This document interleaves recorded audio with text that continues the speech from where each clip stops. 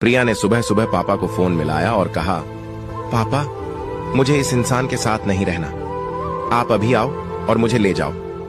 पापा ने कहा, पहले मुझे पूरी बात बताओ, हुआ क्या है? प्रिया बोली, ये 2 दिन से मुझसे ढंग से बात नहीं कर रहे हैं। जब से साथ में शहर आई हूं रूखा रूखा व्यवहार कर रहे हैं। आज तो खाना मेरे मुंह पर फेंक कर चले गए। पिता बोले, ठीक है बेटा, मैं आ जाता हूं तुम्हें लेने, मगर तुझे एक बात मुझे बॉन्ड पर लिख कर देनी होगी। प्रिया बोली, क्या लिख कर देना होगा? पिता बोले, यही कि तुम्हारा ये 1 साल का बेटा है ना, ये बड़ा होकर जब शादी करेगा तो शादी के बाद सिर्फ 3 वर्ष ही तुम लोगों के साथ रहेगा। उसके बाद अपनी पत्नी को लेकर तुम लोगों से अलग हो जाएगा और तुम उसे अलग होने से रोकोगी नहीं। ये कैसी शर्त है पापा? आप अपनी बेटी का बुरा सोच रहे हो। पापा बोले, बेटा जिसके साथ तू शहर आई है वो भी किसी का बेटा है। गांव में उसकी माँ अकेली है, तू उसे उसकी माँ से अलग कराई हो, उसे कितना बुरा लग रहा होगा। गांव में उसकी क्या इज्जत रह गई होगी। तुम सिर्फ अपना सोच रही हो, अपने पति के विषय में भी सोचो। तुम उसे समाज के सामने नीचा दिखा रही हो और उसकी माँ को बेसहारा कर रही हो। फिर तुम उससे अच्छे व्यवहार की आशा कैसे कर सकती हो? यही सब तुम्हारी भाभी, तुम्हारी माँ और मेरे साथ करेगी, तब तुम्हें कैसा लगेगा बताओ? प्रिया बोली, पापा मेरी भी अपनी जिंदगी है, मैं भी खुलकर जीना चाहती हूँ, खुद निर्णय लेना चाहती हूँ, अपनी मनपसंद का खाना चाहती हूँ, मगर मेरी सास बंदिशें लगाती है, खाने की चीजें छुपा लेती है, कहती है मुझसे मांग कर लिया करो।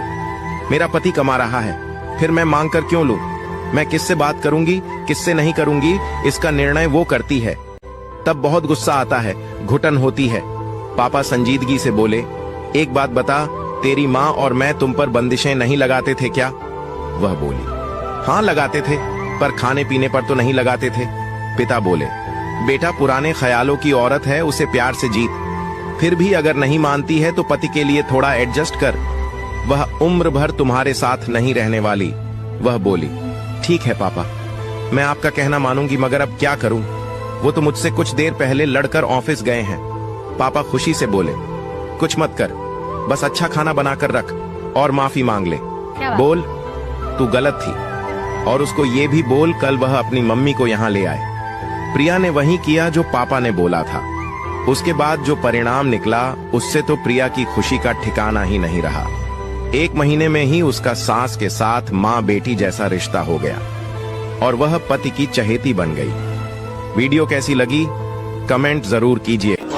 इन 3 तरह के लोगों को कभी घर पर मत बुलाना। मेरी ये 3 बात ध्यान से सुनो। नंबर 1, जो व्यक्ति आपके दुख में साथ ना दें लेकिन आपकी खुशी में जरूर आने की कोशिश करें, ऐसे लोगों को घर में जगह नहीं देनी चाहिए। नंबर 2, जो आपकी बातों को दूसरों के सामने तोड़ मरोड़ कर फैलाते हैं, ऐसे कपटी और चुगलखोर लोग घर में कलह लाते हैं। नंबर 3, जो आपके घर के माहौल, आपकी कमियों या आपकी गरीबी का मजाक उड़ाए, ऐसे अपमान करने वालों को दरवाजे से ही वापस कर। अगर आज तुम लाज शर्म के चक्कर में कोई भी शुरुआत नहीं करोगे ना, भूखे मर जाओगे। याद रखना, ये दुनिया सिर्फ तुम्हारा मजाक बना सकती है, तुम्हारे घर की रोटी नहीं।